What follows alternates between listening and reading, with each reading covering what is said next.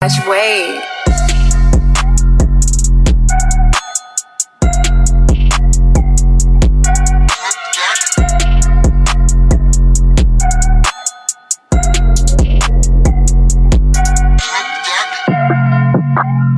Also wondering, it sounds like you had parents that walked you through this process. How many of you have had parents that went to HBCUs as well? Yeah, okay. And so I'm wondering for you, Candiace, like, how would you say HBCUs, how we can do a better job of helping to lay that trajectory of building legacy and helping us to establish that legacy in the Black community of going to HBCUs? That's a good question. I think that, recruitment is really important. Spaces like this where people who are maybe interested in attending an HBCU and don't know much about the experience can help them figure out what is for them and what's not for them. And it's really on us, much like, everything that Black people do.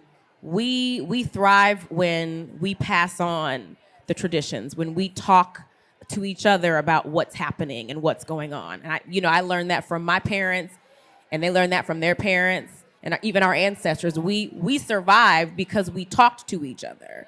And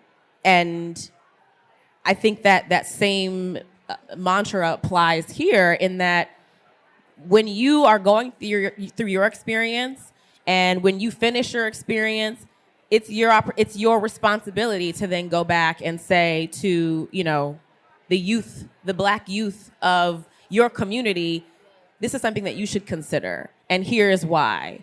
And I'm an example. Exhibit A. This is Exhibit A. This is number one reason why you should consider it, and continue to use each other as examples. Yeah. I love that. So Candiace just said our survival is contingent on passing information. That's a whole word. Can y'all repeat that? Our survival is contingent on passing information. Listen, I'm excited to hear more about your motherhood journey. I'm going to pass that along to Chanel. Yes, so I'm really excited to hear about this. So you are expecting. Yes. Congratulations. Thank you. So talk to us a little bit about that journey. Yeah, so I'm 37. I'm from the South. So growing up, I grew up in spaces where, everyone marriage is on the brain, babies are on the brain. You're thinking and planning your life around getting married, having children, maybe having a career. But in where I grew up, the forefront of conversations about the future always somewhat centered around getting married and having children. So that was my mindset early on. But who you are is gonna always fight to get out.